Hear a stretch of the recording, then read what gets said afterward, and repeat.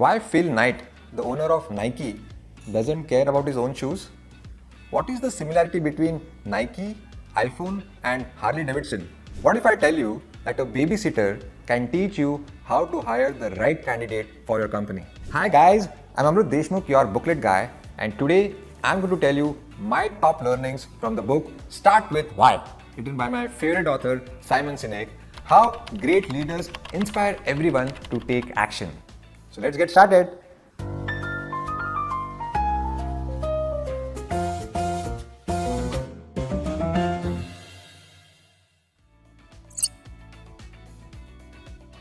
There was some forum going on in an auditorium with thousands of people in the crowd.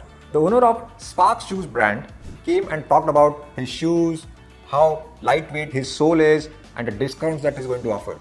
People clapped and he left. Then came the founder of Nike, Phil Knight, and he simply asked the crowd, "How many of you run?" Few people stood up. Then he asked them, "How many of you run at least 5 days a week?" Some people kept standing, the rest sat down. And he addressed to the people who kept standing that we are for you. We are for those who, no matter whether it is wet or dry outside, you push your butt out of bed and run. We are waiting for you on the 4th mile to cheer you up.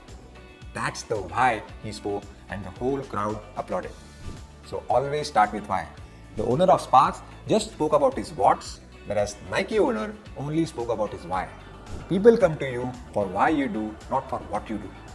The whole premise of the book revolves around the golden circle. At the center of the circle is why, then how, and then what. Most of the people talk outside in. First they talk about what, then hows, and then whys. The best example is between Apple and Samsung.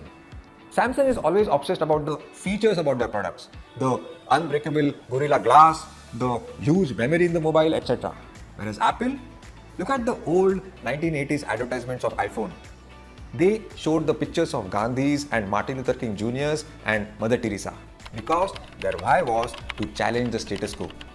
They were the change makers. They were crazy misfits. And then, as a byproduct, they spoke about the what's, the MacBooks, the Macintosh, and the iPhones. No wonder Apple is one of the richest companies in the world. Start with why. Imagine there is a working couple where both the spouses are working and they have a child of 1 or 2 years and they're looking for a babysitter. Now they have two choices. A babysitter which is just from the neighborhood but with less experience, and another babysitter who comes from a very far away unknown territory with lot of experience. Now most of the couples will say that of course we will not hire the one which is from the unknown territory because they think that it might be dangerous for their children. But the reality is that we always prefer familiarity over experience. We always like people who belong to our community, who believe in our values and beliefs. So what should we look at when we need to hire a candidate? His huge experience and CV, or whether he is compatible with our culture, whether he believes in our values and ethics. There is a clear difference between repeat business and loyal customers. Repeat business, the moment they find a better price, a better competitor, they will immediately go to the next producer and supplier. But loyal customers, even if you make some mistake, they will pardon you because they believe in your values, they believe in your aspirations. But again says that people come to you for why you do, not for what you do. The best example is the Tatas failed in the nano cars, but still all over the social media, did you see that most of the people respect Tata so much in spite of that failed project? Because they believe in your values, they believe in your aspirations. Many companies resort to deep discount offers to shoot up their short-term sales. But that's a very dangerous strategy. It's price addiction game.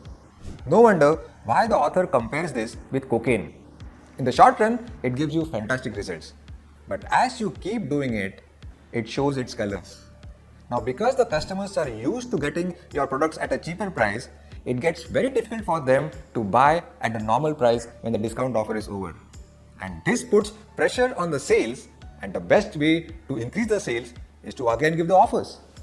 And that reduces the margins in the long run, and no wonder why companies go bankrupt. So the author highly recommends to avoid these manipulative practices and rather use inspirational practices. So these are my top 5 learnings from the book Start With Why, and Simon Sinek is a TED Talk superstar. The book clearly gives the answer why some companies have loyal customers, longevity, and great business for so many years, while some companies just go bankrupt within a decade? You will get the answers from this book. I would like to know your learnings from the book as comments to this video. So happy reading and bye-bye.